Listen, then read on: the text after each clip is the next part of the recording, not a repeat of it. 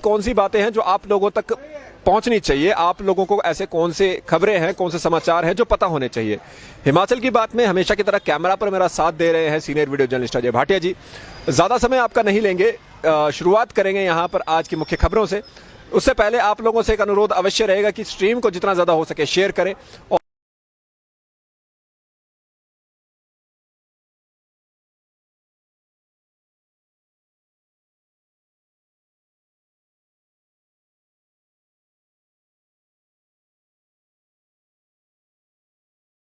क्या क्या होने वाला है। तो सबसे पहले वैसे दो बड़ी खबरें हमारे बीच में हैं और वो दो जो बड़ी खबरें हैं उसमें सबसे पहली खबर हमारे बीच में यही है कि आज केंद्रीय मंत्री अनुराग ठाकुर हिमाचल प्रदेश पहुंचेंगे। उसके साथ साथ यहां पर हिमाचल प्रदेश में हमारे बीच में अब बॉर्डर्स पर पाबंदियां भी लग गई हैं। दोनों के बारे में आपको एक एक करके बताएंगे। सबसे पहले अनुराग ठाकुर जी की ओर को लेकर जाते हैं। अनुराग ठाकुर जी यहां पर आज हिमाचल प्रदेश पहुंचने वाले हैं, उनके बारे में आप लोगों को जानकारी बता देते हैं कि क्या क्या आज उनका कार्यक्रम है। तो जब अनुराग ठाकुर जी की हम बात कर रहे हैं तो केंद्रीय सूचना प्रसारण एवं खेल मामलों के मंत्री अनुराग ठाकुर 19 अगस्त को जिला सोलन में जन आशीर्वाद यात्रा को शुरुआत यहां से करेंगे। 5 दिन का उनका प्रवास है हिमाचल प्रदेश का। 11 बजे वो ओल्ड बस स्टैंड परवाणु में पहुंचेंगे जन आशीर्वाद यात्रा को लेकर और उनके साथ वहां पर राजीव सहजल और उसके साथ सोलन जिला के विधायक, चेयरमैन, वाइस चेयरमैन और जिला सोलन एवं कसोली मंडल के कार्यकर्ताओं द्वारा उनका स्वागत किया जाएगा। 12 बजे ये यात्रा धर्मपुर पहुंचेगी और सोलन मंडल करीब 1:15 बजे सपरून पहुंचने पर उनका स्वागत करते हुए उन्हें पुराना बस अड्डे तक लेकर जाएगा। उसके साथ साथ वहां पर मंडल द्वारा उन्हें सम्मानित भी किया जाएगा और वो लोगों से यहां पर बात भी करेंगे। इसके बाद सोलन रेस्ट हाउस से 3:15 बजे वो मुख्य बाजार कंडा घाट पहुंचेंगे, यानी कि 3:15 बजे वहां पर पहुंचना है या फिर यहां से निकलना है और शोगी के लिए उसके बाद वो प्रस्थान करेंगे। इसके बाद 20 अगस्त को भी वो सोलन में ही अर्की गलोक की तरफ को रहेंगे और दाड़ला घाट, भराड़ी घाट इत्यादि जगहों पर ये यहां पर जनसभा को संबोधित करेंगे।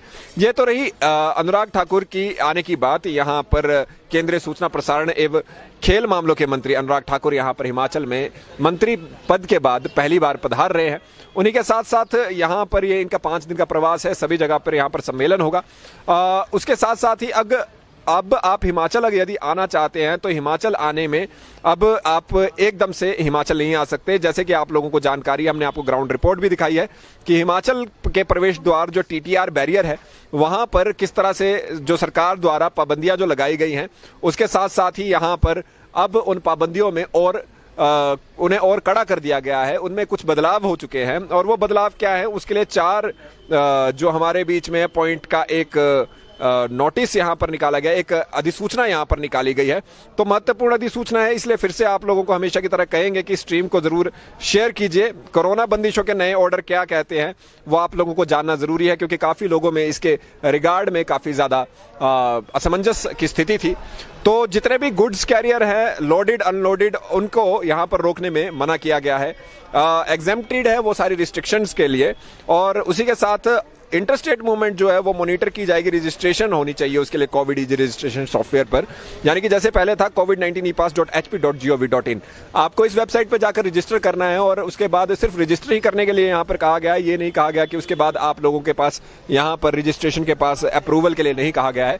यहाँ पर क्या हुआ है वो आपको बता देते हैं। यहाँ पर यह हुआ है कि हिमाचल प्रदेश में यदि आपको आना है तो हिमाचल प्रदेश में आने के लिए आपको covid19 HP जो हिमाचल प्रदेश की जो वेबसाइट है covid19epass.hp.gov.in, इस पर आपको खुद को रजिस्टर करना है और उसके बाद ही आप आ जा सकते हैं। होता क्या है कि बॉर्डर पर जब आप आए तो आपके पास 72 घंटे पुराना RT-PCR का नेगेटिव रिपोर्ट, रैट की 24 घंटे पुरानी नेगेटिव रिपोर्ट या कोविड के दोनों डोज आपको लगे होने चाहिए। उसके बावजूद भी आपको इस पर रजिस्टर करना है।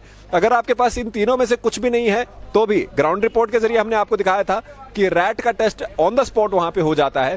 पहले दिन 186 लोगों ने, जब तक हमने रिपोर्ट किया था 186 लोगों ने रैट का टेस्ट करवाया था परवाणु के टीटीआर बॉर्डर पर और कोई भी व्यक्ति उसमें पॉजिटिव नहीं आया था। यानी कि स्थिति ऐसा लगता है नियंत्रण में है। जो 15 साल से नीचे के बच्चे हैं उनको यहां पर ये टेस्ट करवाने की आवश्यकता नहीं है।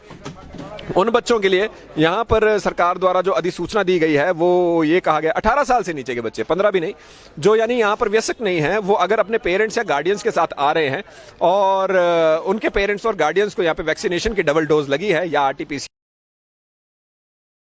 एग्जेम्प्ट यहाँ पर किया गया है, तो आप लोगों को उसमें समस्या की आवश्यकता नहीं है। जो डेली कम्यूटर्स वगैरह है, जिनको 72 घंटे लिए आना जाना करना है, उन सब के लिए यहाँ पर कोविड रजिस्ट्रेशन पोर्टल पर अगर आप रजिस्ट्रेशन कराएंगे तो पहले की भांति यहाँ पर रजिस्ट्रेशन के साथ आप लोगों को आने जाने दिया जाएगा। तो 4 पॉइंट है, जल्दी जल्दी सुन लीजिए इसे दोबारा से। सभी गुड्स कैरियर वगैरह जो है, चाहे वो लोडेड है अनलोडेड है, उनको आने जाने में कोई भी तरह की कोई रिस्ट्रिक्शन नहीं है। अगर आपको रजिस्टर करना है कोविड-19 epass.hp.gov.in पर, ताकि आप यहाँ पर हिमाचल प्रदेश में प्रवेश कर सके, यहाँ से बाहर जा सके।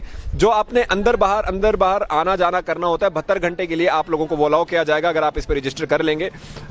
ये जरूर कहेंगे कि आपके पास अगर हिमाचल में अंदर आ रहे हैं बाहर से, तो RT-PCR की 72 घंटे पुरानी रिपोर्ट, रैट की 24 घंटे पुरानी रिपोर्ट या दोनों डोज की सर्टिफिकेट आपके पास होना चाहिए। 18 साल से कम बच्चे को इसकी आवश्यकता नहीं पड़ेगी अगर उनके गार्डियन या पेरेंट के पास इन तीनों में से भी कुछ भी है। अगर इन तीनों में से कुछ भी आप लोगों के पास नहीं है तो आपको बता दें हिमाचल प्रदेश में एंट्री तब भी हो सकती है। रैट की रिपोर्ट, क्षमा चाहेंगे, रैट का टेस्ट आप लोगों का जो बॉर्डर है, जो हमारा यहाँ पर सीमा रेखा है, वहां पर आप लोगों का हो जाएगा, तो आप वहां पर इस चीज की चिंता ना करें। आपका नेगेटिव आना हालांकि जरूरी है, अगर आप पॉजिटिव आते हैं तो आपको यहां पर क्वारंटीन किया जाएगा। तो ये तो थी 2 महत्वपूर्ण खबरें, और मैं कहूंगा कि स्ट्रीम को शेयर करें ताकि आप लोगों को ये जानकारी आगे आगे तक ये जानकारी पहुंच सके। इसके साथ अभी हम ये बात कर रहे हैं कि बॉर्डर पर रिस्ट्रिक्शन लगी है। कल ही यहां पर एक संकेत दिया गया कि रिस्ट्रिक्शन और बढ़ सकती है। किस तरह से बढ़ेंगी उसके बारे में तो चलिए बाद की बात है, बाद में इस पे शायद एक निर्णय लिया जाएगा। लेकिन अभी के लिए आपको बता दें कि जिला में 4 क्षमा चाहेंगे, हिमाचल में 4 ऐसे जिले हैं जिसमें हमारे बीच में इस समय पर को यहां पर बता देते हैं। तो कांगड़ा, चंबा, ऊना और मंडी में एक हमारे बीच में जो अभी तक पता चला है कि यहां पर लगातार केसेस बढ़ते जा रहे हैं। बुधवार को आप लोगों को बताएं प्रदेश में 247 मामले पॉजिटिव आए और एक्टिव मरीजों का आंकड़ा 2733 पहुंच चुका है। जैसे हमने बताया कि ऑनलाइन पंजीकरण आवश्यक है, लेकिन उसी के साथ तीसरी लहर की आशंका के चलते एक सर्वे जिला कांगड़ा, चंबा, ऊना और मंडी में होगा, और इस सर्वे का नाम जो है सीरो सर्वे कहा गया है। और ये सीरो सर्वे इन 4 जगहों पे होगा। किस किस जगह पे? कांगड़ा, चंबा, ऊना और मंडी में। और प्रदेश के 400 से करीब 4 बच्चे संक्रमित हैं, और मामले बढ़ने पर सरकार ने स्कूल 22 अगस्त तक बंद कर दिए हैं। हमारे बीच में प्रदेश में 400 से ज्यादा जो संक्रमित इस समय पर हैं वो 18 साल से कम उम्र के हैं। और अब देखना ये होगा कि क्या क्या यहाँ पर इसके बाद होता है। 4 जिले, कांगड़ा, चंबा, ऊना और मंडी। आप ध्यान दीजिए, कांगड़ा सबसे बड़ा जिला है, मंडी जहां पर मुख्यमंत्री अभी गए थे, चंबा भी मुख्यमंत्री अभी गए थे, ऊना और कांगड़ा, इसमें सीरो सर्वे किया जाएगा और यहाँ पर निर्णय लिया जाएगा कि और बंदिशें लगाने की यहाँ पर आवश्यकता है या नहीं है। तो अभी हमारे बीच में जो बुधवार का आंकड़ा है 247 नए मामले आए, और एक्टिव केस जो है हमारे बीच में 2733 पहुंच चुके हैं। एक महिला जो हमीरपुर से थी उनकी भी मृत्यु हुई है। तो डराने वाले जो तीसरी लहर की आशंका यहां पर चल रही है, डराने वाले तथ्य अभी सामने आ रहे हैं। तो आज देखिए जैसे अनुराग ठाकुर भी पहुंच रहे हैं, तो ऑब्वियसली लोगों की भीड़ वहां पर होगी। तो अपना भी आप लोगों को ध्यान खुद ही रखना है, क्योंकि सरकार जो यहां पर अब चुनाव वगैरह भी आ रहे हैं, उसमें मुझे नहीं लगता कि ज्यादा कोई किसी तरह की बड़ी रिस्ट्रिक्शन उससे पहले लगेगी। इसके साथ अब ये जो एक अगली खबर है, ये बहुत महत्वपूर्ण है। करोड़ों की छात्रवृत्ति घोटाले में पता लगा है कि जो मान्यता के लिए प्रमाण पत्र दिए गए थे वो सभी फर्जी यहां पर निकले हैं। नाइलेट के नाम पर चल रहे 9 संस्थानों की जांच में सीबीआई ने एक खुलासा यहां पर किया है। बेंगलुरु, पंजाब की नामी यूनिवर्सिटियों ने के बनाए गए थे नकली प्रमाण पत्र, और पंजाब से चल रही सीबीआई की पड़ताल में ये तथ्य सामने आए हैं। आपको बता दें कि जो ये फर्जी शिक्षण संस्थान, 9 फर्जी शिक्षण संस्थानों के मामले में एक और नया खुलासा हुआ है, जहां पर पता चला है कि करोड़ों की छात्रवृत्ति हड़पने के लिए उन्होंने जो दस्तावेज यहां पर दिखाए थे वो सभी नकली हैं। लगातार इसमें आपको बता दें इन 9 शिक्षण संस्थानों ने 29.8 क्षमा चाहेंगे 29 करोड़ 80 लाख की छात्रवृत्ति अपने हड़प ली, बच्चों तक नहीं पहुंची, जो बच्चों के भविष्य, सुनहरे भविष्य के लिए थी। उसके साथ ही वो यहां पर इस समय पर समाप्त हो गई, वो एक तरह से खत्म हो गई। बहरहाल आपको अगली खबर की ओर लेकर चलते हैं। यहाँ पर हमारे बीच में एक दो खबरें और हैं, वो आप लोगों को यहाँ पर बताना चाहेंगे। एक नालागढ़ के बीच में हमारे बीच में एक मामला आया, जहाँ पे विधानसभा क्षेत्र नालागढ़ में मौजूदा कांग्रेस विधायक और भाजपा के पूर्व विधायक ने विकास कार्यों का श्रेय लेने की होड़ लगी रही।